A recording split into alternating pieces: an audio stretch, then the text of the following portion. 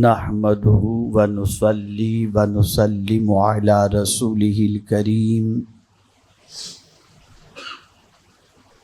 أما بعد فأعوذ بالله من الشيطان الرجيم بسم الله الرحمن الرحيم عن ابی امامة رضی اللہ تعالی عنہ قال قال النبی صلی اللہ تعالی علیہ وسلم من احب للہ وابغض للہ واعطى للہ ومنع للہ فقد استکمل الایمان صدق رسول اللہ صلی اللہ تعالی علیہ وسلم الصلاۃ والسلام علیک یا رسول اللہ الصلاۃ والسلام علیک یا حبیب اللہ الصلاۃ والسلام علیک یا نبی اللہ الصلاۃ والسلام علیک یا نور اللہ وعلی آلک واصحابک یا حبیب اللہ صلی اللہ تعالی علیہ وسلم۔ میرے پیارے آقا صلی اللہ تعالی علیہ وسلم کے پیارے دیوانوں، ایک طویل غیر حاضری کے بعد آج پھر جمعۃ المبارکہ کے پرمسرت موقع پر میں آپ کے سامنے حاضر ہوں۔ کم و بیش 3 مہینے کے اندر 15 سے زیادہ ملکوں کے دورے کے بعد آج صبح ہی میں ہندوستان پہنچا ہوں۔ دنیا کے مختلف ملکوں میں رب قدیر جل جلالہ اور اس کے پیارے حبیب صلی اللہ علیہ وسلم کے پیغام کو پہنچا کر اور وہاں کے حالات اور امت مسلمہ کی زندگی کی کیفیت کو دیکھنے کے بعد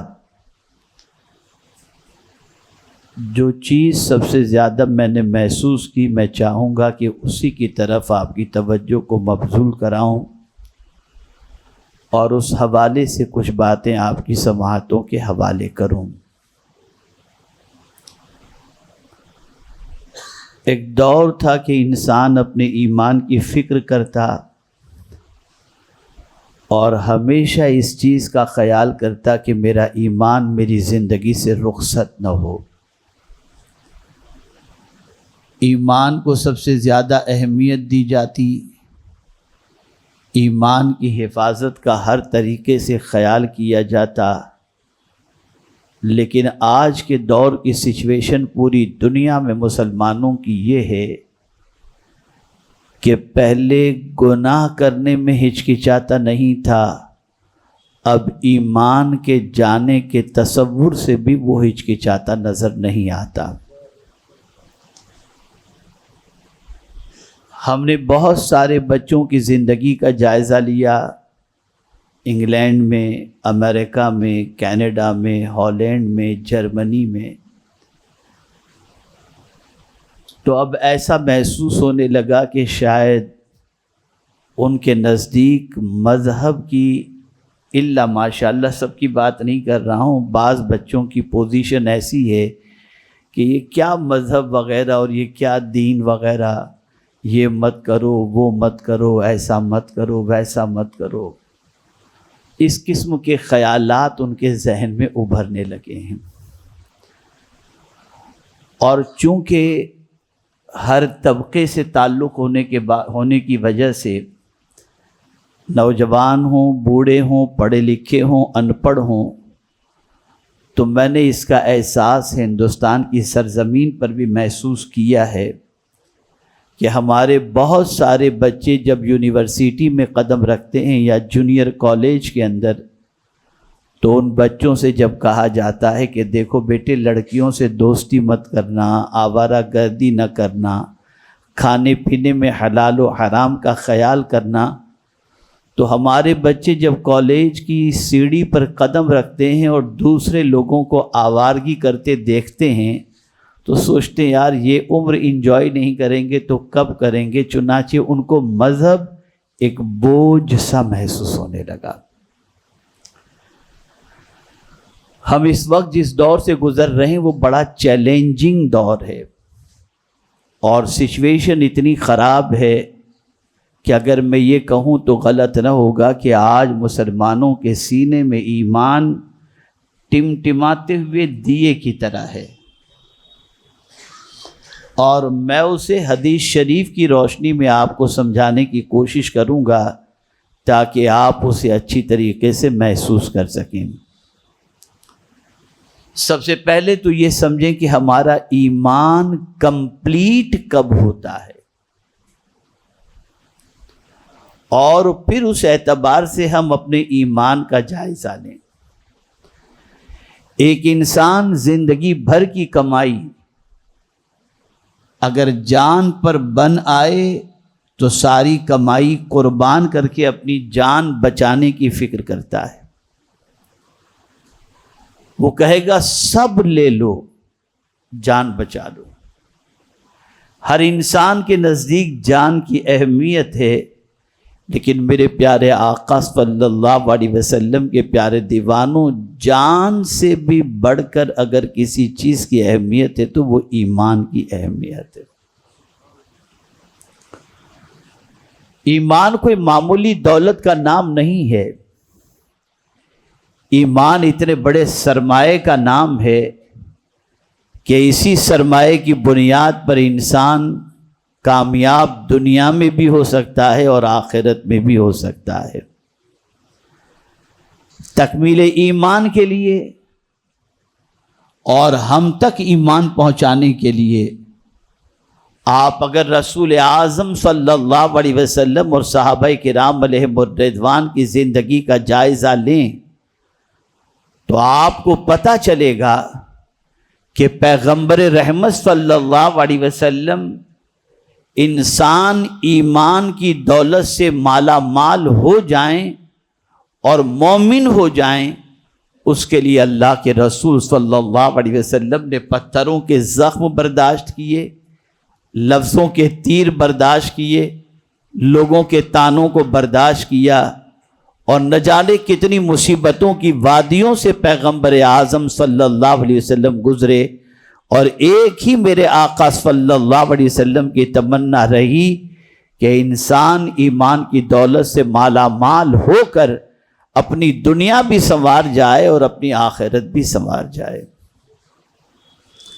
یہ ایمان ہی کا تو معاملہ تھا جو کربلا کی تپتی ہوئی ریت پر امام حسین نے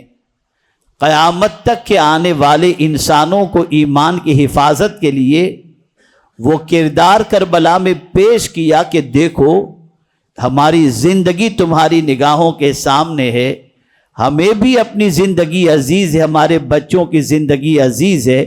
لیکن اگر آج ہم یہ قربانی پیش نہیں کریں گے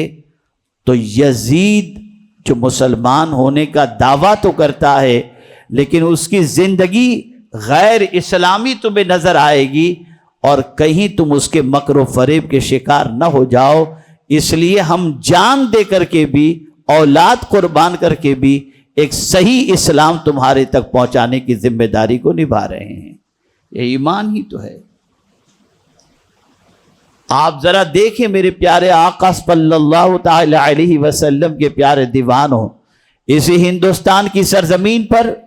سلطان الہند خواجہ خواجگاں خواجہ معین الدین چشتی رحمت اللہ تعالی علیہ تشریف لائے، بزنس کرنے کے لیے نہیں آئے تھے، اس سرزمین پر زندگی گزارنے والے انسانوں کو اسلام کی عظیم ترین دولت سے مالا مال کرنے کے لیے آئے تھے۔ یہ ایمان اتنی بڑی دولت ہے، یہ ایمان ہی ہے جس کی بنیاد پر انسان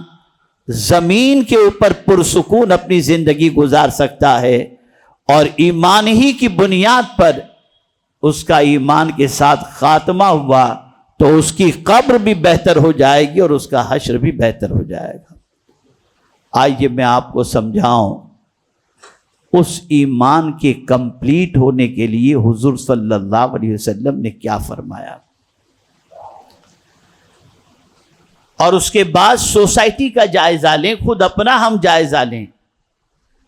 آقا کریم صلی اللہ علیہ وسلم نے فرمایا من احب للہ وابغض للہ واعطى للہ ومنع للہ فقد استکمل الایمان۔ آقا کریم صلی اللہ علیہ وسلم ارشاد فرماتے ہیں جس نے اللہ کے لیے کسی سے محبت کی، جس نے اللہ کے لیے کسی سے دشمنی کی، جس نے اللہ کے لیے کسی کو کچھ دیا، اور جس نے اللہ کے لیے کسی کو منع کیا، میرے آقا صلی اللہ علیہ وسلم فرماتے اس کا ایمان مکمل ہو گیا۔ کسی سے دوستی کرو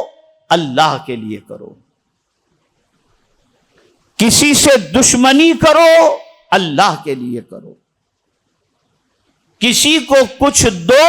اللہ کے لیے دو، اور کسی کو منع بھی کرو تو اللہ کے لیے منع کرو۔ اب ان ساری چیزوں کے اندر ہم دیکھیں، ان چاروں صفات کے اندر کون ہے جو اللہ کے لیے کسی سے دوستی کرتا ہے، کون ہے جو اللہ کے لیے کسی سے محبت کرتا ہے؟ آج اگر ہم اولیاء کرام علیہم الرضوان سے بھی محبت کرتے ہیں تو ہمارے دل و دماغ کے اندر یہ بات ہوتی ہے ان کے صدقے میں اپنا کام بن جائے گا، یہ اللہ والے ہیں۔ آستانے بہت سارے ہیں، اولیاء کرام بہت سارے موجود ہیں، لیکن ایک انسان جہاں کام بننے کے امکانات نظر آتے ہیں وہاں جاتا ہے، یہ سوچ کر نہیں جاتا کہ یہ اللہ کے دوست ہیں، ان کی بارگاہ میں جاؤں گا، ان کی نظر کرم پڑ جائے گی تو میرا دل بھی اللہ کی محبت سے سرشار ہو جائے گا۔ نہیں، ہماری دوستی، ہماری محبت صرف دنیا کے لیے ہو گئی، جبکہ ہمارا قرآن ہر چیز کے اندر ہمیں درس دیتا ہے۔ وَأَتِمُّ الْحَجَّ وَالْعُمْرَةَ لِلَّهِ، حج اور عمرہ کمپلیٹ کرو اللہ کے لیے، دکھاوے کے لیے نہیں، بتانے کے لیے نہیں، کاؤنٹنگ کے لیے نہیں، دولت جمع کرنے کے لیے نہیں، بلکہ اللہ کے لیے۔ ہم خود اینالائز کریں اپنی زندگی کے اندر کہ ہم کون سا کام اللہ کے لیے کرتے ہیں۔ خدا کی قسم بس اوقات تو میری عقل دنگ رہ جاتی ہے کہ آج ہم کسی کو کچھ دیتے بھی ہیں تو اس میں بھی ہماری غرض شامل ہوتی ہے۔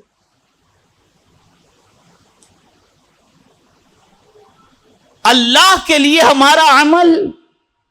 اللہ کی رضا کے لیے ہماری دوستی، بلکہ آج تو ہم دیکھیں تو میرے پیارے آقا صلی اللہ علیہ وسلم کے پیارے دیوانوں، ایک غریب لیکن دیندار، نماز کا پنکچول، حلال و حرام کا پنکچول، تہجد کا عادی، عبادت اور ریاضت میں کوئی کمی نظر نہیں آتی، اس کے مقابلے میں ایک ایسا شخص جس کے پاس مال و دولت کی فراوانی ہے لیکن فسق و فجور اس کی عادت، فضول خرچی اس کی عادت، نماز چھوڑنا اس کی عادت، ان دونوں کی زندگی کا جائزہ لیجئے تو ایک طرف وہ بندہ جس کی زندگی یاد الہی کے اندر گزر رہی ہے لیکن ہے غریب، اگر وہ مر جائے تو نہ اس کی زیارت کے اندر 10-20 سے زیادہ لوگ نظر آئیں گے، نہ اس کی قرآن خوانی کے اندر لوگ زیادہ نظر آئیں گے، نہ اس کو کاندھا دیتے ہوئے لوگ نظر آئیں گے۔ لیکن ایک فاسق و فاجر، لیکن دولت اس کے پاس اگر ہے، وہ مر گیا تو سب چہرہ پٹی کرانے کے لیے وہاں پر حاضر نظر آئیں گے۔ یہ ہمیں کیا ہو گیا کہ ہم نے کسی کے اندر دین کو دیکھ کر اس کو پرائرٹی دینے کی کوشش نہیں کی۔ یہ برائیاں اسی طریقے سے پھیلی جب دنیا نے دیکھا کہ حلال و حرام کی تمیز چھوڑے بغیر اگر انسان مال و زر کما لیتا ہے تو ہر کوئی اس کے دروازے پر دستک دیتا نظر آتا ہے، تو پھر انسان نے سب کچھ چھوڑا۔ اب عبادت و ریاضت سے توجہ ہٹی اور حرام کی طرف توجہ بڑھ گئی۔ اور مجھے ابھی پرسوں میں انگلینڈ میں تھا اور مجھے ہندوستان سے ایک فون آیا،